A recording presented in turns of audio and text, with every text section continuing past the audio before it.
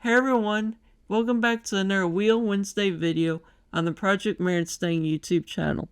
In this video we're going to cover the entire history of the Dodge Charger, and then we're going to talk about all the most important specs and features of the brand new 2025 all-electric Dodge Charger Daytona. I haven't made a Wheel Wednesday video in a while, so I figured I'd hit you with something really cool. So check it out.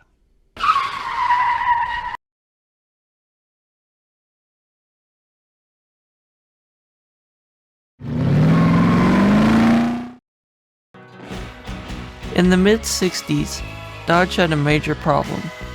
GM, Chevrolet, Pontiac, and Oldsmobile started selling intermediate muscle cars that were hot with the masses. They couldn't keep them on the lots, and they were dominating the drag strips, ovals, and racetracks around the country. Dodge took the styling cues from their concept cars and plopped the body on a Dodge Coronet platform. They also threw a few V8s in the cars to make them more exciting. The sweepback styling and the option of a large 7-liter V8 Hemi engine making 420 horsepower meant that this car took the United States by storm. The 1968 to 1970 Dodge Charger became a pop culture icon in movies and TV shows. Also, this car is no slouch when it came to its 7.2-liter V8 engine. A homologation car called the Charger 500 was made as an entry into NASCAR. This wasn't the only homologation car that they built. They unleashed the Dodge Charger Daytona with front aero and a large wing to really dominate NASCAR. In 1971, the Charger began to take a turn, and it wasn't for the best. The third-gen Charger didn't look the best with its split grille and semi-swept roofline. It didn't matter, however, because the Dodge Charger was still super popular. Luckily, the Charger still had a bit of muscle because it kept the 7.2-liter Magnum V8, and they also made the Charger 500 less of a sticker package and more of a true performance car. When the 4th gen 1975 Dodge Charger came out, it was a huge disappointment for muscle car enthusiasts. Americans were becoming more interested in large, luxurious cars, so Dodge decided to turn their beloved Dodge Charger into a luxury coupe and sedan. You could still get a sizable 6.6-liter V8 engine in the Charger, but it only made 225 horsepower. I would say this Charger was a big yawn. No wonder it went out of production in 1978 for the first time.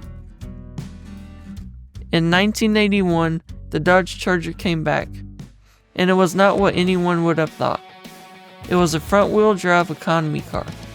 The largest engine you could get in the new Charger was a 2.2-liter inline 4-cylinder engine making 94 horsepower. Dodge hoped this car could keep up with the Mustang and the Camaro of the time, because their cars were so similar.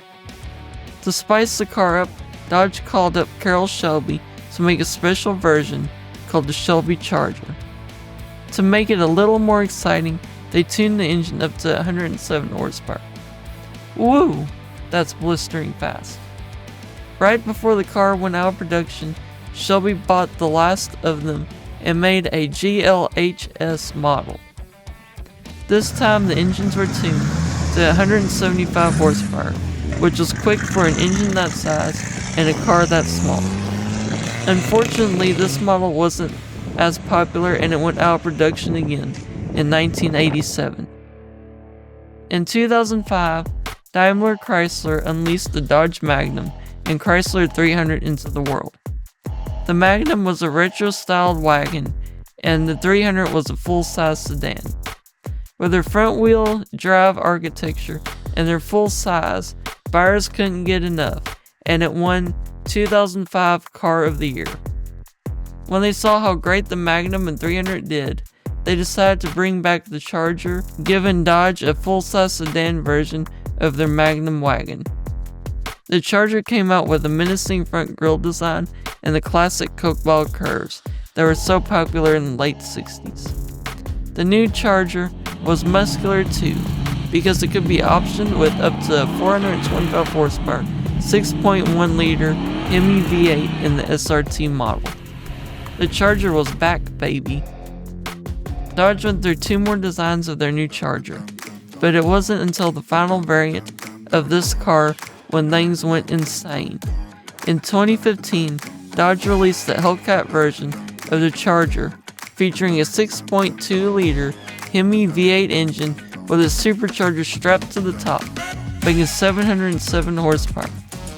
This car could cover the quarter mile in 11.8 seconds. Dodge still wasn't done though, because in 2021 they released the Dodge Charger Hellcat Red Eye. And this car made 797 horsepower and can do 203 miles per hour. Now let's see if the new electric muscle car that Dodge is calling the Charger can live up to the name. The 2025 Dodge Charger Daytona.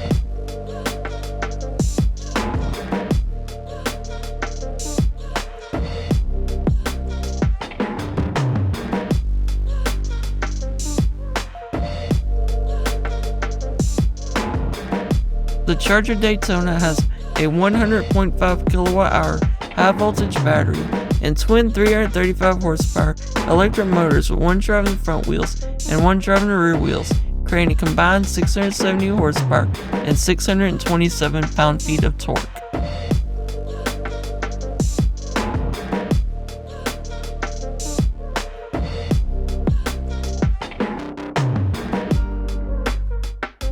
The Charger is 50% stiffer than that of the previous Charger, with the battery pack placed in the middle of the body structure to fit the frame. The result is near perfect weight distribution.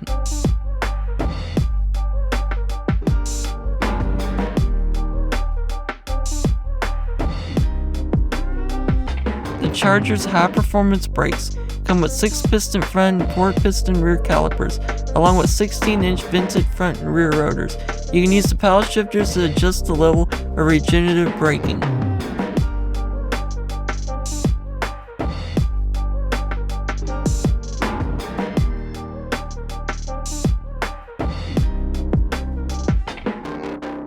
Built with a standard wide-body design, the wheels are pushed to the absolute maximum widest position, allowing 305 35 ZR20XL front and 325 35 ZR20XL rear Goodyear Eagle F1 Supercar 3 tires. The front exterior of the all-electric Charger Daytona is defined by the R-wing. This front opening helps minimize drag. Lastly, the patent-pending Fraxonic chambered exhaust elevates the Charger Daytona experience.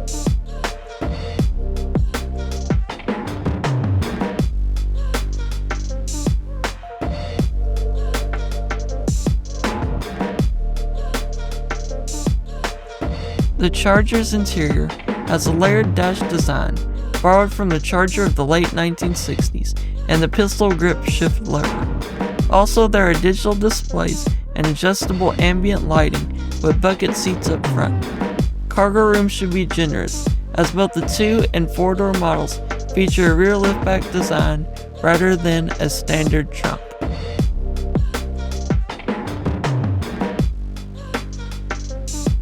All models will have a 12.3-inch infotainment display. A 10.3-inch digital gauge cluster is also standard, but can be upgraded to a larger 16-inch unit. Sirius XM satellite radio, in-dash navigation, and Amazon Alexa voice assistant are all included. 2 different Alpine stereo systems will be optional, including one with 18 speakers. The price of the 2025 Dodge Charger is expected to be around $40,000. Anyway, that's all I have for you on the entire history of the Dodge Charger and the specs of the brand new Charger. If you enjoyed this video, please give it a like, and to see more of my videos, please subscribe to my YouTube channel. Thank you for watching.